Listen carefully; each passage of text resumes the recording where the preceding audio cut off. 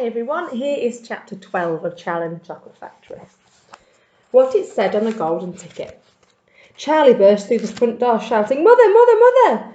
Mrs. Bucket was in the old grandparents' room serving them their evening soup.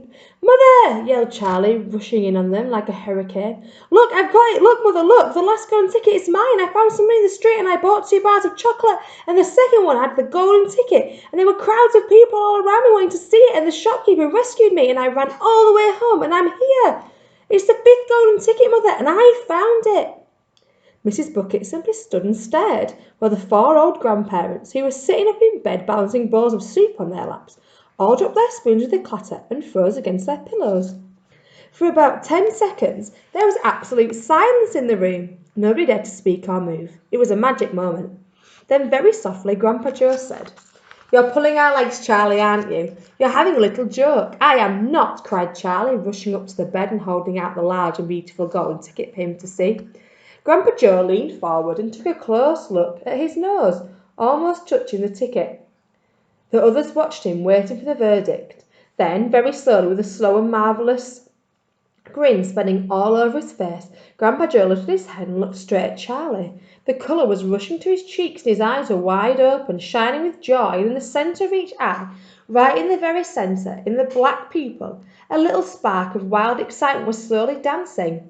Then the old man took a deep breath and suddenly, with no warning whatsoever, an explosion seemed to take place inside him. He threw up his arms and yelled, "Yippee!" And at the same time his long bony body rose out of the bed and his bowl of soup went flying into the face of Grandma Josephine. And in one fantastic leap, this old fellow of 96 and a half, who hadn't been out of bed these last 20 years, jumped onto the floor and started doing a dance of victory in his pyjamas. "Yippee!" he shouted. "3 cheers for Charlie! Hip hip hooray!" At this point, the door opened and Mr. Bucket walked into the room. He was cold and tired and he looked it. All day long he had been shovelling snow in the streets. "Crikey," he said. "What's going on here?" It didn't take them long to tell him what had happened. "I don't believe it," he said. "It's not possible." "Show him the ticket, Charlie," shouted Grandpa Joe, who was still dancing around the floor like a dervish in his striped pyjamas. "Show your father the 5th and last golden ticket in the world."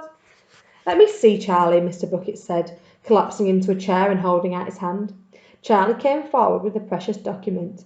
It was a very beautiful thing, this golden ticket, having been made, so it seemed, from a sheet of pure gold hammered out to almost a thinness of paper. On one side of it, printed by some clever method in jet black letters, was the invitation itself from Mr. Wonka. "Read it aloud," said Grandpa Joe, climbing back into bed again at last. "Let's all hear exactly what it says." Mr. Bucket held the lovely golden ticket up close to his eyes. His hands were trembling slightly and he seemed to be overcome by the whole business. He took several deep breaths and then he cleared his throat and said, "All right, I'll read it. Here we go. Greetings to you, the lucky finder of this golden ticket of Mr. Willy Wonka. I shake you Wong by the hand. Tremendous things are in store for you. Many wonderful surprises await you. For now, I do invite you to come into my factory and be my guest for one whole day. You and all the others who are lucky enough to find my golden tickets. I, Willy Wonka, will conduct you around the factory myself, showing you everything that there is to see. And afterwards, when it is time to leave, you will be escorted home by a procession of large trucks. These trucks, I can promise you, will be loaded with enough delicious and eatables to last you and your entire household for many years. If, at any time thereafter, you should run out of supplies, you have only to come back to the factory and show this golden ticket, and I shall be happy to refill your cupboard with whatever you want. In this way, you will be able to keep yourself supplied with tasty morsels for the rest of your life. But this is by no means the most exciting thing that will happen on the day of your visit. I am preparing some other surprises that are even more marvellous and more fantastic for you, and for all my beloved golden ticket holders. Mystic and marvellous surprises that will entrance, delight, intrigue, astonish and perplex you beyond measure.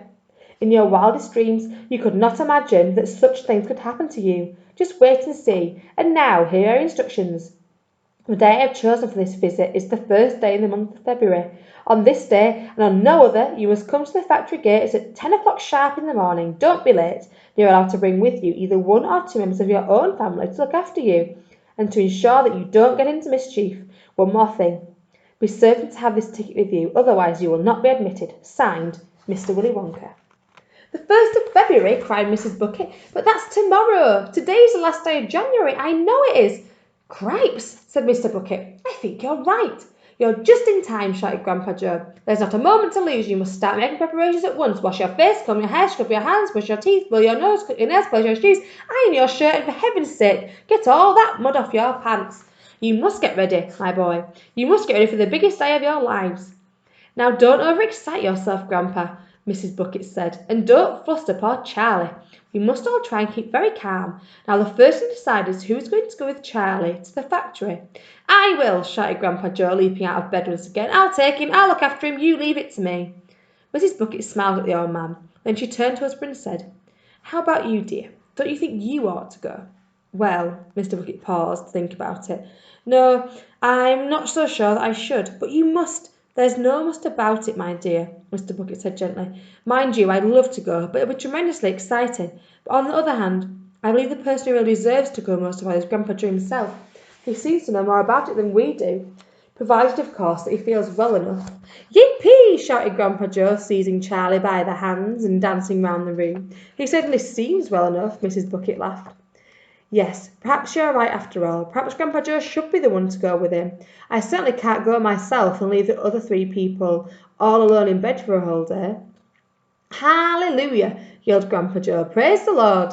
At that point there came a loud knock on the front door. Mr. Bucket went to open it, and the next moment swarms of newspaper men and photographers were pouring into the house.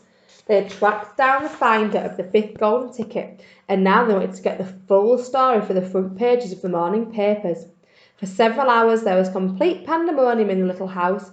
It must have been nearly midnight before Mr. Bucket was able to get rid of them, so that Charlie could go to bed. That's the end of chapter 12. See you soon.